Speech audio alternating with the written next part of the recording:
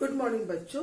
कक्षा 10वीं विज्ञान भाग 1 में आज हम देखने वाले हैं पाठ 9वां कार्बनिक यौगिक। यौगिक के बारे में आपने पिछले अनेक कक्षाओं में पढ़ा हुआ है। तत्व, यौगिक और मिश्रण, मूल तत्व, यौगिक और मिश्रण, इनके बारे में आपने बहुत पहले ही पढ़ा हुआ है। कार्बनिक का मतलब है कि जिसमें कार्बन पाया जाता है। कार्बन हमने देखा है कि हर कोई वस्तु अगर आप जलाते हो तो वस्तु जलने के बाद अंत में आप देखते हो कि वहां पर कोयला जमा हो गया है, काला कोयला, कोक। इसका मतलब हर एक वस्तु का अंतिम सत्य क्या है? कार्बन। यानी हर एक वस्तु कार्बन से बनी हुई है, इसलिए हम उसे कार्बनिक यौगिक कहते हैं। जिनमें कार्बन यह तत्व मुख्य रूप से पाया जाता है उसे हम कहते हैं कार्बनिक यौगिक। अब यौगिक जो है इसका मतलब क्या है? यौगिक के दो भाग पड़ते हैं। एक होता है जैव यौगिक, जिसे हम जैविक यौगिक कहते हैं, और दूसरा होता है अजैविक यौगिक। जैविक को ही इंग्लिश में कहा जाता है ऑर्गेनिक, और अजैविक को कहा जाता है inorganic. Organic compound and inorganic compound. अब जैविक तत्व कौन से होते हैं? जैविक यौगिक किसे कहते हैं? ऐसे यौगिक जिसमें कार्बन यह तत्व मुख्य रूप से यौगिक के रूप में पाया जाता है, उसे कहते हैं जैविक यौगिक। और जिनमें कार्बन यह तत्व नहीं पाया जाता उन्हें कहा जाता है अजैविक यौगिक। ठीक है। और जैविक यौगिक को ही हम क्या कहते हैं? जो जैविक यौगिक है वो मुख्यतः आप देखोगे कि सजीवों के अवशेषों द्वारा ही पाए जाते हैं। उनमें सजीवों के अवशेष पाए जाते हैं। सजीवों के अवशेष आगे जाके जब उनमें उनका विघटन होता है, वो जमीन के अंदर धंस जाते हैं, जिसे हम जीवाश्म ईंधन कहते हैं। ऐसे जो ईंधन पाए जाते हैं यही जैविक या जैव ईंधन के रूप में आगे जिन्हें जाना जाता है, जिन्हें वो सब जैविक यौगिक के उदाहरण हैं। तो जैविक यौगिक जो होते हैं वो हमेशा अक्सर सजीवों से ही प्राप्त किए जाते हैं। अप्रत्यक्ष या प्रत्यक्ष रूप से सजीवों से प्राप्त किए जाते हैं। अजैविक यौगिक जो होते हैं वो उनमें कार्बन का जो अंश है वो नहीं पाया जाता। ये सजीवों से प्राप्त होने वाले यौगिक नहीं होते हैं। उन्हें हम इनऑर्गेनिक कंपाउंड कहते हैं या अजैविक यौगिक कहते हैं। अब हम कब से देख रहे हैं कि जैविक यौगिक में कार्बन का तत्व पाया जाता है, इसलिए इसे कार्बनिक यौगिक ऐसा भी कहा जाता है। इसे कार्बनिक यौगिक भी कहा जाता है। अब हम देखने वाले हैं इस पार्ट में कि कार्बनिक यौगिकों के बंध या कार्बनिक यौगिक की जो बॉन्ड होते हैं वो किस प्रकार के होते हैं। कार्बनिक यौगिक का जो सबसे प्रमुख तत्व है कार्बन, उसके बारे में हम सबसे पहले जान लें कि कार्बनिक में जो कार्बन है उसको अंग्रेजी C अक्षर से दर्शाया जाता है। अनुक्रमांक है इसका 6 और इसका इलेक्ट्रॉन स्वरूपन है 2 और 4, यानी कि पहली कक्षा में 2 और दूसरी कक्षा में 4। आखिरी कक्षा में 4 इलेक्ट्रॉन होने के कारण अष्टक स्थिति को पूर्ण करने के लिए कार्बन को और 4 इलेक्ट्रॉन्स की आवश्यकता होती है, या अपनी द्विक स्थिति पूर्ण करने के लिए कार्बन अपने 4 इलेक्ट्रॉन गवाकर अपनी द्विक स्थिति पूर्ण कर सकता है। इसलिए या तो वो 4 इलेक्ट्रॉन ले या तो 4 इलेक्ट्रॉन दे, ताकि वो अपनी जो स्थिर स्थिति है उसे बना सकता है। इसलिए कार्बन की जो संयोजकता है वो कितनी है? 4। या तो वो 4 इलेक्ट्रॉन दे या तो 4 इलेक्ट्रॉन ले और अपनी स्थिति को स्थिर करे। तो इसका जो संयोजकता कितनी है? इसकी 4।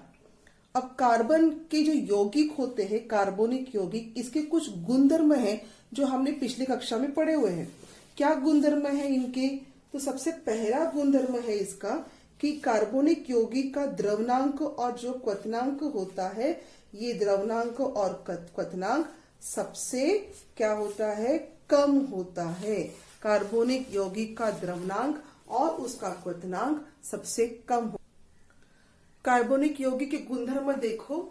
कार्बनिक यौगिक जो होते हैं, इन यौगिकों का द्रवनांक और क्वथनांक कम होता है, यानी कि इनका जो द्रवनांक और क्वथनांक है वो 300 डिग्री सेल्सियस से कम होता है, और इसी कारण से इनके बीच जो अंतर परमाणविक आकर्षण होता है, ये आकर्षण बल भी बहुत क्षीण होता है।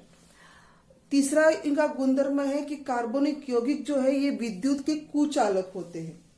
इनमें विद्युत सुचालकता यह गुणधर्म दिखाई नहीं देता, ये विद्युत कुचालक होते हैं। उसके बाद जो चौथा है पॉइंट इनका, कि इनकी जो संरचना है, इन संरचना में आयनिक बंधों का अभाव होता है, और इसका अर्थ यह है कि ये रासायनिक बंध में भाग लेते हैं, और इसीलिए रासायनिक बंध में भाग लेने के कारण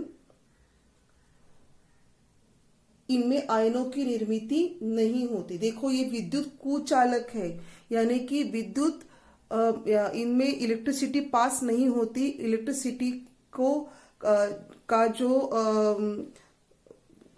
फ्लो है, जो इलेक्ट्रिक करंट जो बहता है, इस उसे विद्युत का जो वहन होता है, विद्युत का वहन इन कार्बनिक यौगिकों में नहीं होता। और इस कारण क्यों नहीं होता, क्योंकि इनमें कोई आयनिक बंध नहीं होते, आयनिक बंध निर्माण नहीं होते हैं। इसका मतलब है ये इसीलिए ये विद्युत के कुचालक होते हैं, ठीक है। और विद्युत के कुचालक है, इसका मतलब आयनिक बंध तैयार नहीं होते। अगर आयनिक बंध तैयार नहीं होते हैं, इसका मतलब इसमें रासायनिक बंध तैयार होते हैं। ये रासायनिक दृष्टिकोण से बहुत ही एक्टिव होते हैं, और रासायनिक दृष्टिकोण से एक्टिव होते हैं, इसलिए इनमें आयनों का निर्माण नहीं होता। विद्युत कुचालक है, इसका मतलब इसमें रासायनिक बंध आयनिक बंध तैयार नहीं होते। आयनिक बंध तैयार नहीं होते हैं, इसका मतलब है इसमें आयनों की निर्मित भी नहीं होती। ये इसके गुणधर्म आपको याद रखने हैं। अब यहाँ पर रासायनिक बंध का क्या मतलब है? रासायनिक बंध का मतलब है कि जब कोई भी परमाणु जो होता है, कोई भी अणु के जो परमाणु होते हैं, वो परमाणु जब बहुत उनका जब आकर्षण बल बहुत ज्यादा होता है, और वो आकर्षण बल के कारण रासायनिक अभिक्रिया में भाग लेते हैं, तब उनमें रासायनिक बंध की निर्मित होती है। रासायनिक बंध जो है वो दो प्रकार के होते हैं। एक होता है आयनिक बंध, और दूसरा होता है सहसंयोजी बंध। आयनिक बंध और सहसंयोजी बंध, यानी आयनिक बंध और सहसंयोजी बंध, ये दो प्रकार के रासायनिक बंध पाए जाते हैं। अब हम देखेंगे कि कार्बनिक बंध जो है वो किस प्रकार से बनता है।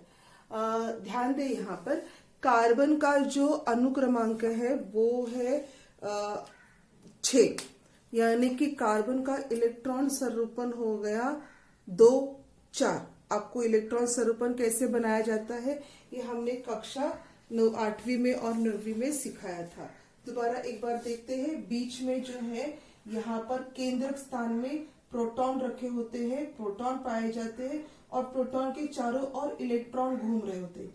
जितने प्रोटॉन की संख्या होती है उतने ही इलेक्ट्रॉन की संख्या होती है, और प्रोटॉन अथवा इलेक्ट्रॉन की संख्या पर आपका अनुक्रमांक लिखा जाता है, अनुक्रमांक बताया जाता है, ठीक है। तो यहाँ पर प्रोटॉन कितने हैं? 6, और इलेक्ट्रॉन की संख्या कितनी है? 6। अंदर प्रोटॉन 6 है तो बाहर इलेक्ट्रॉन भी 6 होंगे। पहली वाले कक्षा में 2 इलेक्ट्रॉन पाए जाते हैं, उर्वरित इलेक्ट्रॉन बाकी की अन्य कक्षाओं में पाए जाते हैं। यह आपको कक्षा 8वीं में सिखाया गया था।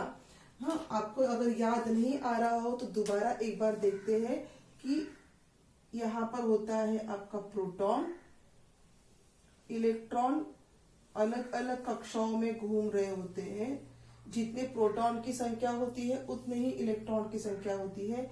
पहले वाला जो शेल है या कक्ष है, जिसे के कक्ष कहा जाता है, इसमें कम से अधिक 2 ही इलेक्ट्रॉन पाए जाते हैं, 2 से ज्यादा इलेक्ट्रॉन नहीं पाए जाते। दूसरा वाला जो होता है एल में आपको 8 इलेक्ट्रॉन पाए जाते हैं।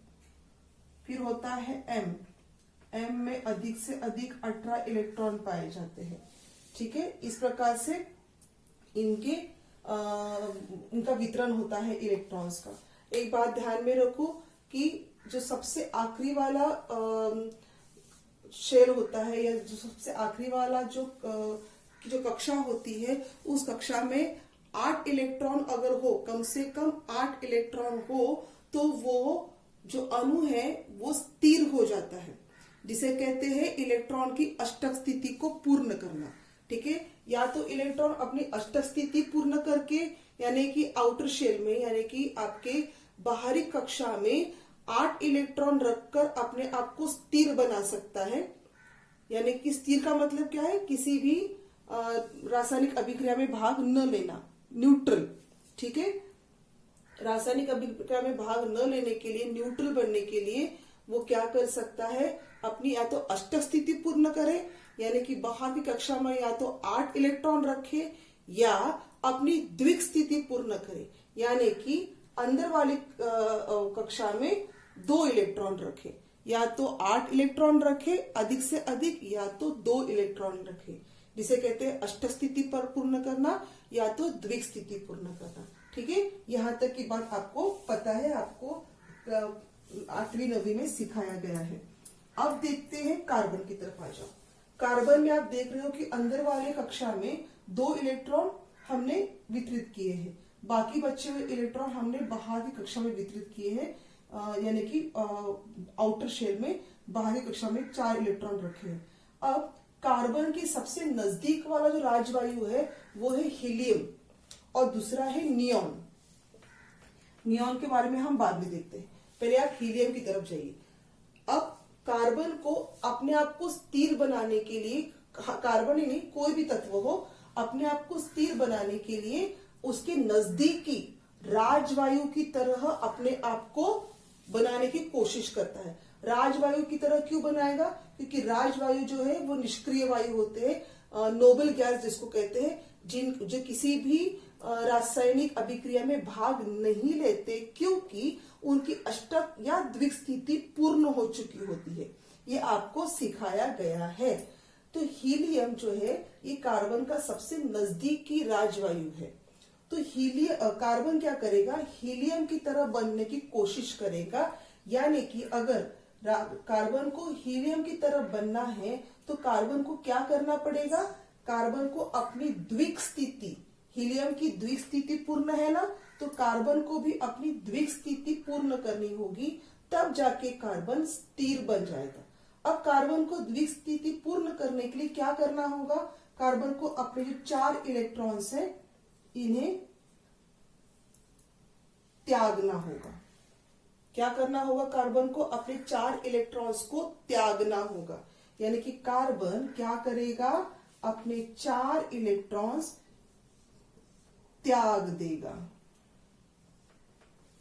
ठीक है, कार्बन अपने 4 इलेक्ट्रॉन्स त्याग देगा। जब अपने कार्बन 4 इलेक्ट्रॉन्स त्यागेगा तो कार्बन का आयनिक कैसे लिखोगे आप, कार्बन को +4। आपको मैंने 8वीं कक्षा में सिखाया हुआ था कि जब कोई भी तत्व अपना इलेक्ट्रॉन दे देता है, सपोज अगर 1 इलेक्ट्रॉन देता है तो उस पर 1 प्लस का साइन आता है, 2 इलेक्ट्रॉन देता है तो 2 प्लस के साइन आते हैं, 3 इलेक्ट्रॉन देता है तो 3 प्लस के साइन आते हैं, 4 देता है तो 4 प्लस के साइन आते हैं।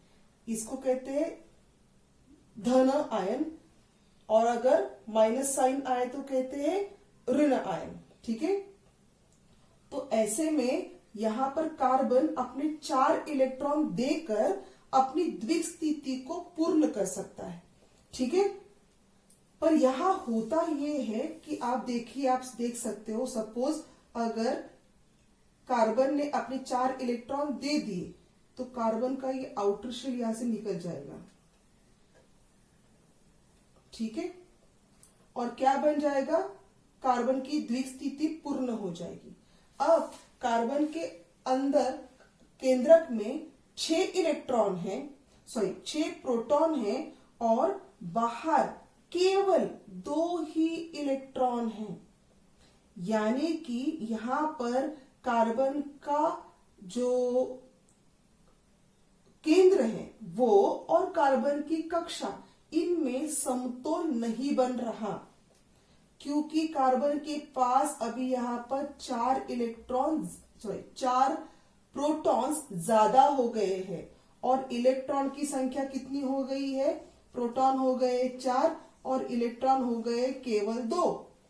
यानी कि यहां पर दोबारा कार्बन का तत्व जो है वो इम्बैलेंस हो गया है, अस्थिर हो गया है। इस कारण से कार्बन की जो स्थिरता हम ढूंढ रहे थे द्विक स्थिति पूर्ण करके, वो यहाँ पर संभव नहीं हो रही है। कार्बन के पास केंद्रक में लोड ज्यादा बढ़ गया और बाहर के शेल में, बाहर के कक्षाओं में लोड कम हो गया। यानी कि अब दोबारा इसका पलड़ा ऊपर नीचे हो गया। इसलिए कार्बन को जो हम स्थिर बनाने की कोशिश कर रहे थे वो यहाँ पर संभव नहीं है। 4 इलेक्ट्रॉन देकर भी कार्बन की स्थिर स्थिति कंप्लीट नहीं हो रही है, असंभव हो रही है। दूसरी स्थिति देखते हैं कि कार्बन के नजदीक और एक राजवायु है, वो है नियॉन। कार्बन के नजदीक और एक राजवायु है, वो है नियॉन, जिसका अनुक्रमांक है 10 और जिसका इलेक्ट्रॉन स्वरूपन है 2 और 8।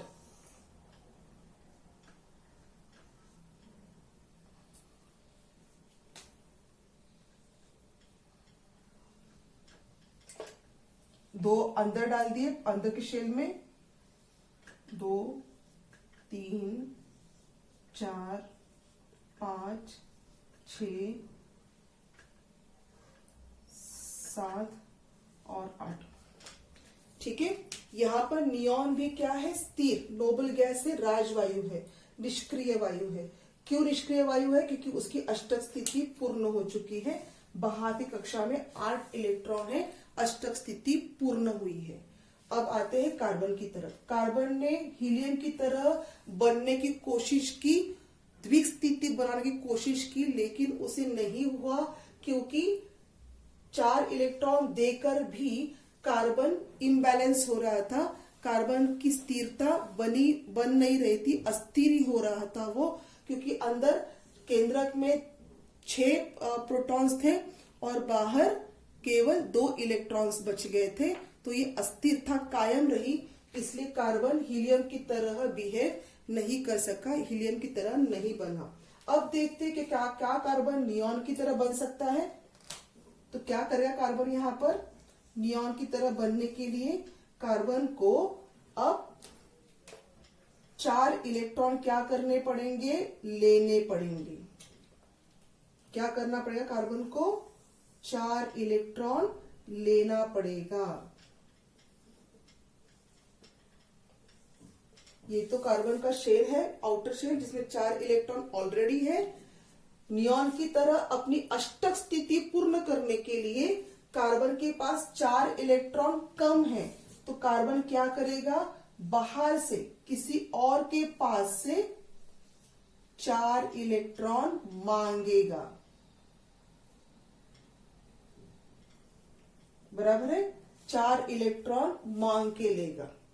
अब क्या बन जाएगा, अब कार्बन का कुछ ऐसा हो जाएगा, प्रोटॉन बन जाएंगे कार्बन के +6 अंदर है, और इलेक्ट्रॉन बन जाएंगे 4 तो ऑलरेडी है, 4 उसने बाहर से और मांग लिए। कितने हो गए,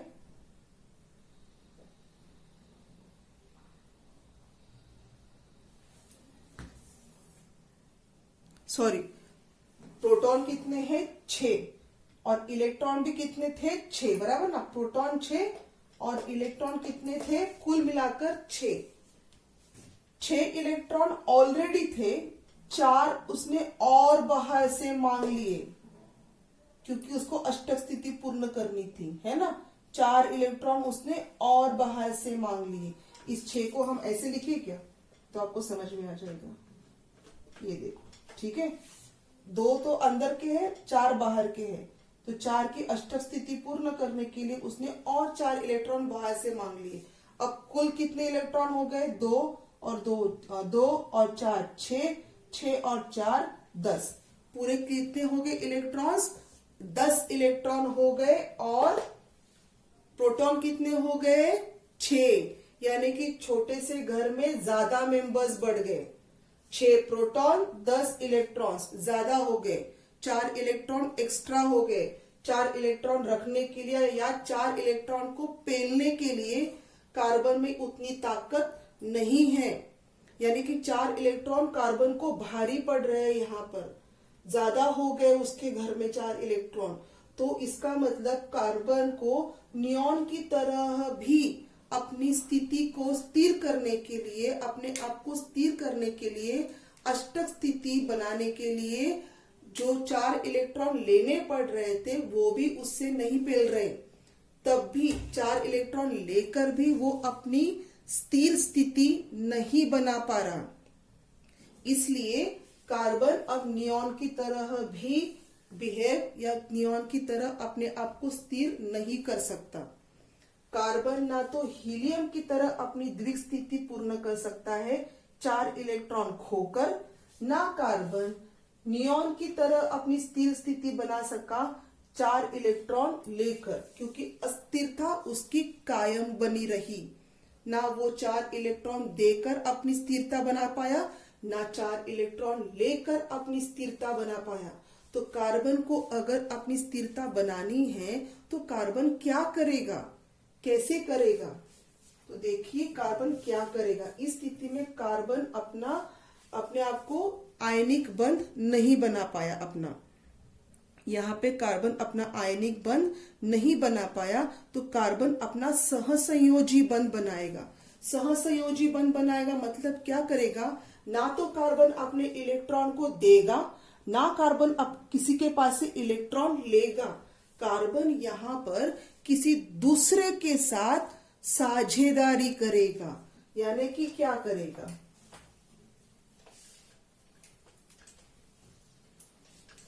कार्बन तीसरा रास्ता अपनाएगा। कार्बन ना इलेक्ट्रॉन देगा ना इलेक्ट्रॉन लेगा, कार्बन साझेदारी करेगा। साझेदारी करेगा मतलब क्या करेगा, कार्बन सहसंयोजी बंध बनाएगा।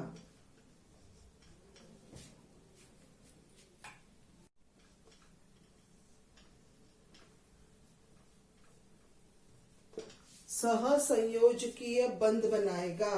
सहसंयोजकीय बंध मतलब क्या करेगा, वो तो अपने ना इलेक्ट्रॉन देगा ना अपने इलेक्ट्रॉन किसी के पास से इलेक्ट्रॉन लेगा, वो भागीदारी करेगा। कैसे करेगा, देखो ये आपका कार्बन है, यहाँ पर समझ लो क्या मतलब है भागीदारी का। ये आपका कार्बन है, ठीक है। कार्बन के आउटर शेल में कितने इलेक्ट्रॉन्स है, 4। हम आउटर शेल की बात कर रहे हैं, यानी कि बाहर के इलेक्ट्रॉन की बात कर रहे हैं, ठीक है। बाहर के इसमें कार्बन के, आपको याद है ना, मैंने आपको अभी भी बना के दिखाया था। बाहर के इसमें कार्बन के 4 इलेक्ट्रॉन है ना। तो ये 4 इलेक्ट्रॉन की बात कर रहे हैं हम लोग। अंदर के इलेक्ट्रॉन को भूल जाओ, क्योंकि वो वापस स्थिर है। बाहर के 4 इलेक्ट्रॉन घूम रहे हैं क्योंकि उनकी स्थिति अष्टक स्थिति पूर्ण नहीं हुई है। तो ये जो बाहर के 4 इलेक्ट्रॉन है, ये हम ना दे सकते हैं ना हम कोई और एक्स्ट्रा 4 इलेक्ट्रॉन ले सकते हैं। तो हमें करना क्या है, हमें इन 4 इलेक्ट्रॉन्स को ऐसे किसी दूसरे कंपाउंड के साथ, किसी दूसरे तत्व के साथ जोड़ना पड़ेगा जिनको एक एक इलेक्ट्रॉन की आवश्यकता है, या जिन्हें 4 इलेक्ट्रॉन की आवश्यकता है। ऐसे किसी दूसरे के साथ हमें पार्टनरशिप करनी पड़ेगी, साझेदारी करनी पड़ेगी। ये कार्बन क्या करेगा, किसी दूसरे के साथ, सपोज दूसरा लेते हैं हम X, इस X के साथ यहाँ पर कार्बन अपना एक इलेक्ट्रॉन शेयर करेगा, यहाँ पर इस X के साथ कार्बन अपना एक इलेक्ट्रॉन शेयर करेगा, यहाँ पर इस X के साथ कार्बन अपना एक इलेक्ट्रॉन शेयर करेगा, इधर इस X के साथ कार्बन अपना एक इलेक्ट्रॉन शेयर करेगा। यहाँ पर कार्बन ने अपने चारों इलेक्ट्रॉन अलग अलग 4 तत्वों के साथ शेयर किए हैं। यहाँ पर साझेदारी हो रही है, कोई अपना इलेक्ट्रॉन ना खो रहा है ना एक्स्ट्रा इलेक्ट्रॉन ले रहा है। इस प्रकार से कार्बन ने साझेदारी की और कार्बन ने अपना सहसंयोजकीय बंध बनाया और वो उसने अपने आप को स्थिर बनाया। ठीक है, यहाँ पर स्थिर बनने के बाद क्या बन गया? कंपाउंड बन गया, जिसे कहते हैं कार्बोनिक कंपाउंड या कार्बोनिक यौगिक। अब देखो, अगर समझो मैंने यहाँ पर कार्बन के साथ हाइड्रोजन को लिया। अब हाइड्रोजन को क्यों लेना है? क्योंकि हाइड्रोजन को भी अपनी उसके पास केवल एक ही इलेक्ट्रॉन होता है, तो उसे अपनी द्विक स्थिति पूर्ण करने के लिए और एक्स्ट्रा इलेक्ट्रॉन की आवश्यकता है। समझ में आया आपको? कार्बन को अपनी द्विक स्थिति बनाने के लिए एक्स्ट्रा और इलेक्ट्रॉन की आवश्यकता है। तो कार्बन और हाइड्रोजन इन दोनों की साझेदारी बन सकती है, दोनों आपस में एक दूसरे को मदद कर सकते हैं। इसको 4 इलेक्ट्रॉन देने हैं, उसको 1 इलेक्ट्रॉन लेना है, तो कैसे करेंगे ये दोनों साझेदारी? देखो मैं आपको आकृति बना के दिखाती हूँ, बहुत आसान है ये 6 तो प्रोटॉन कार्बन के हैं। ठीक है, इसको जरा इसे हम ब्लैक में ही दिखाते हैं कि ये अंदर ही रहने वाला है ना। ठीक है, फाइन। ये देखो, ये है आउटर शेल, यहाँ पर ये है कार्बन के अस्थिर इलेक्ट्रॉन। ठीक है, यहां तक समझ में आया आपको? अब कार्बन को 4 इलेक्ट्रॉन और चाहिए ना, तो कार्बन क्या करेगा? देखो मजे की बात, कार्बन इस हाइड्रोजन के साथ यहां पर करेगा साझेदारी। यहां बताती हूं आपको।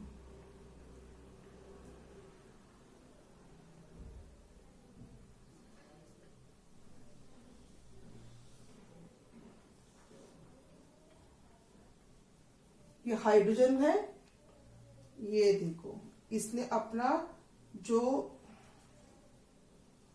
इलेक्ट्रॉन है वो यहां पर जोड़ दिया। एक मिनट, यहां पर जुड़ जाएगा। ठीक है, यहां पर और एक, यहां पर नहीं बनाते, यहां बनाते।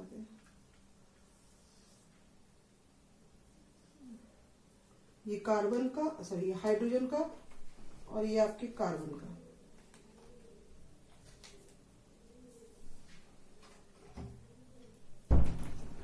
यहां पे आ जाओ।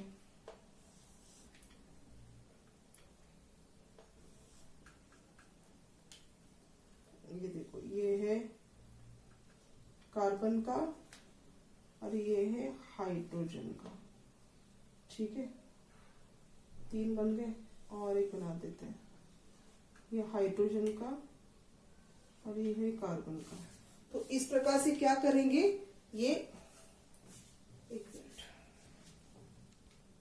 अब देखो, कार्बन के 4 अणु थे, 4 इलेक्ट्रॉन्स थे। ये कार्बन के इलेक्ट्रॉन्स हैं सपोज, और ये आ गए हाइड्रोजन के 4 इलेक्ट्रॉन। देख रहे हो आप लोग? यानी कि कार्बन का भी काम बन गया और हाइड्रोजन का भी काम बन गया। हाइड्रोजन की भी द्विक स्थिति पूर्ण हो गई और कार्बन की भी अष्टक स्थिति पूर्ण हो गई। 1 2 3 4 5 6 7 8। पर उसके लिए कार्बन को क्या करना पड़ा? कार्बन को यहां पर 4 हाइड्रोजन्स के साथ अपना सहसंयोजी बंध बनाना पड़ा। समझा? कार्बन को 4 हाइड्रोजन्स के साथ अपना सहसंयोजी बंध बनाना पड़ा और बन गया इधर ये मीथेन CH4। समझा? इसको कहते हैं सहसंयोजी बंध।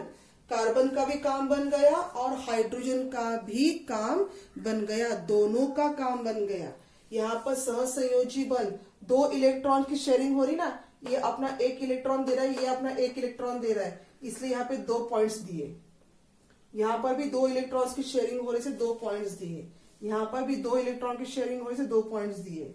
समझ में आई बात आपको? इस प्रकार से कार्बन और इलेक्ट्रॉन्स की शेयरिंग होती है। सपोज अगर कार्बन हाइड्रोजन के साथ में 2-2 इलेक्ट्रॉन शेयर कर रहा हो, यानी कि कुछ ऐसा कर रहा हो,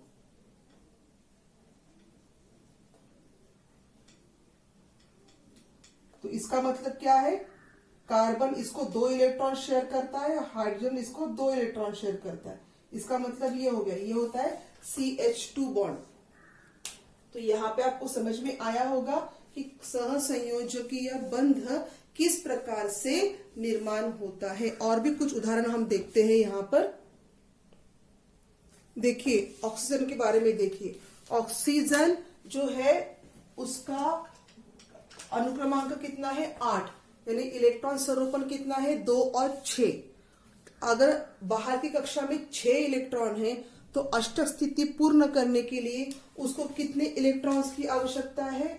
और 2 इलेक्ट्रॉन्स की आवश्यकता है, तब जाके उसकी अष्टक स्थिति पूर्ण होगी। 6, 7 और 8, 2 इलेक्ट्रॉन और चाहिए, बराबर है।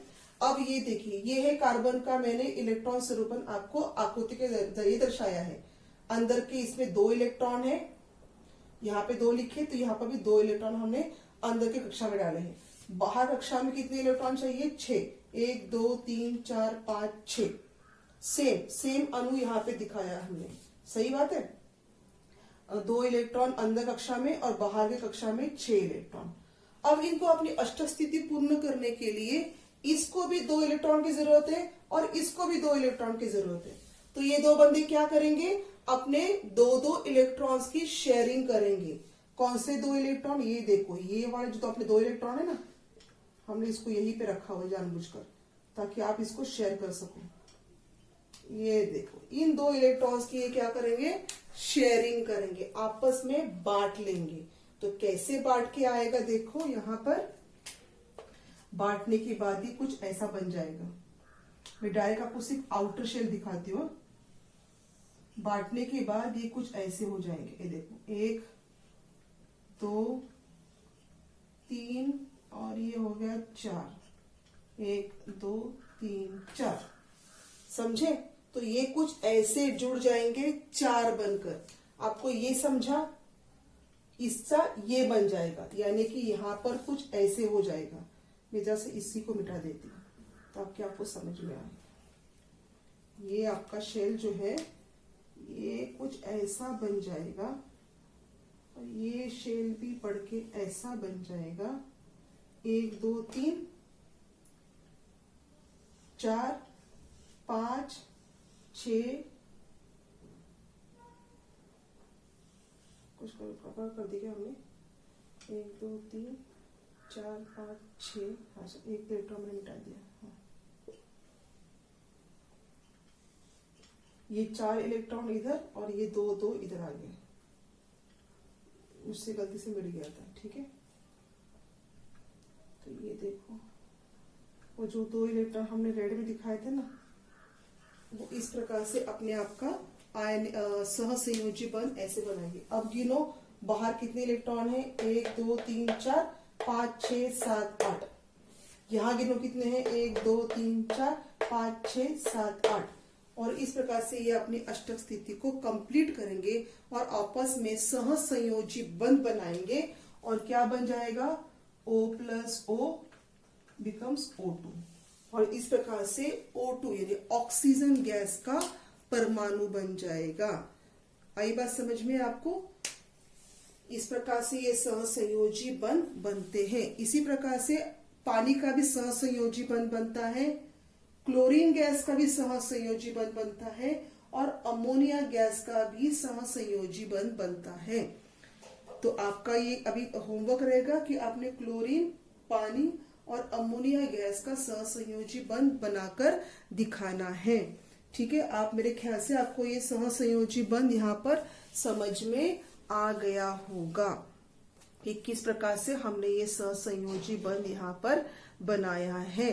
पानी का भी देखोगे आप, अगर थोड़ा सा मैं शॉर्ट में बता दूं आपको, तो पानी भी क्या करता है, तो यहाँ पर H2O मतलब कि एक ऑक्सीजन और 2 हाइड्रोजन है, यानी ऑक्सीजन बीच में रहता है और यहाँ पे एक हाइड्रोजन और एक यहाँ पे हाइड्रोजन होता है। ऑक्सीजन का हमने देखा, ऑक्सीजन को 2 इलेक्ट्रॉन्स की जरूरत होती है ना, अष्टक स्थिति पूर्ण करने के लिए। देखो तो ऑक्सीजन को 2 इलेक्ट्रॉन्स चाहिए अष्टक स्थिति पूर्ण करने के लिए, तो वो एक इलेक्ट्रॉन हाइड्रोजन के पास से लेता है और यहाँ पर भी एक इलेक्ट्रॉन हाइड्रोजन के पास से लेता है, और हाइड्रोजन एक एक इलेक्ट्रॉन किसके पास से लेता है, ऑक्सीजन के पास से, और वो अपने सहसंयोजी बंध को बनाता है। इसकी आकृति कैसे बनेगी मैं आपको 2 मिनट में बताती हूँ। देखो यहाँ पर बीच का है ऑक्सीजन, 2 अंदर के इनर क्या उसको बोलते हैं, जो आपका अंदर का कक्षा जो है, उस अंदर के कक्षा के 2 इलेक्ट्रॉन, बाहर के कक्षा के कितने इलेक्ट्रॉन देखो, लाल वाले ऑक्सीजन के हैं, 1 2 3 4 5 6 इलेक्ट्रॉन ऑक्सीजन के हैं। उनको चाहिए कितने, 2 इलेक्ट्रॉन। 2 किसके पास से लिए उन्होंने, हाइड्रोजन के पास से। एक हाइड्रोजन यहाँ पे जोड़ दिया, एक हाइड्रोजन यहाँ पे जोड़ दिया।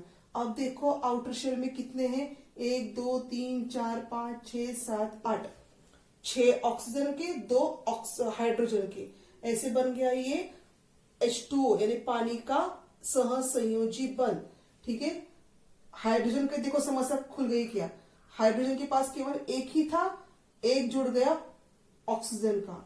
यहाँ पे हाइड्रोजन के पास एक ही था, एक जुड़ गया ऑक्सीजन का, यानी हाइड्रोजन की भी बाहर की द्विक स्थिति कंप्लीट हो चुकी है। हाइड्रोजन ने अपनी द्विक स्थिति कंप्लीट की और ऑक्सीजन ने अपनी अष्टक स्थिति कंप्लीट की, और दोनों भी स्थिर हो गए। और बंध कौन सा गया बॉन्ड यहाँ पर, H2O यानी कि पानी का बंध तैयार हो गया।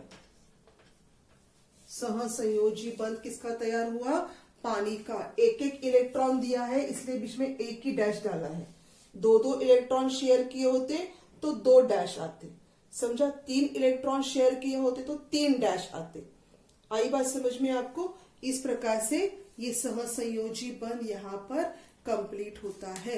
आपको समझ में आया होगा कि सहसंयोजी बंध किसे कहते हैं और किस प्रकार से ये सहसंयोजी बंध, ये साझेदारी कार्बनिक यौगिकों में बनती है। धन्यवाद।